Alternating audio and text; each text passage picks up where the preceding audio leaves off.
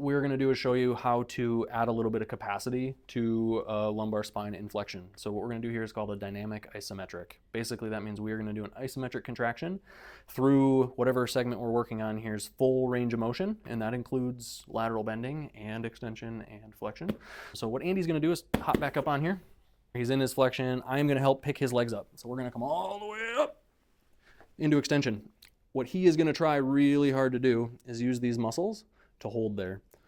And what he's going to do is keep them as high as he can while very slowly trying to laterally bend at that segment. So he's going to come over, holding, and then over. What we don't want to do through any of this is lose our extension. As this thing gets tired, Andy's going to start to lose a little bit of height, and that's okay.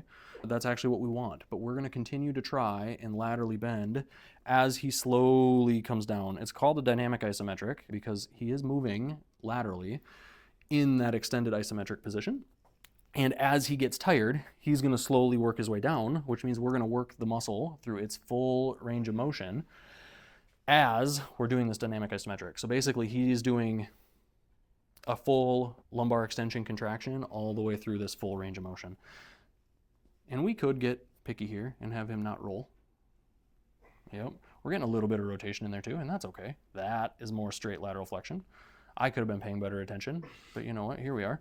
And then, yep, that, exactly, straight lateral flexion. Exactly. And slowly just, as he gets tired, he works his way down. When we don't feel like we can hold a position anymore, we enter a new range of motion, and that's how we are slowly working our way down. This whole process should take us about 2 minutes, right? It's going to take a long time if we do a really good dynamic isometric all the way to failure.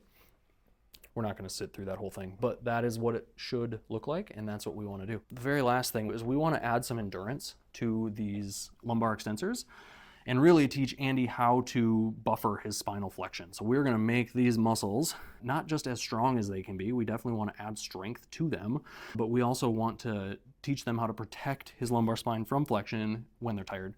So we've added weight to this. This is what this machine is actually designed for, is the reverse hyper. And basically what Andy is going to do is he's going to get this thing swinging. So he's going to just build some momentum back and forth until he gets into full extension.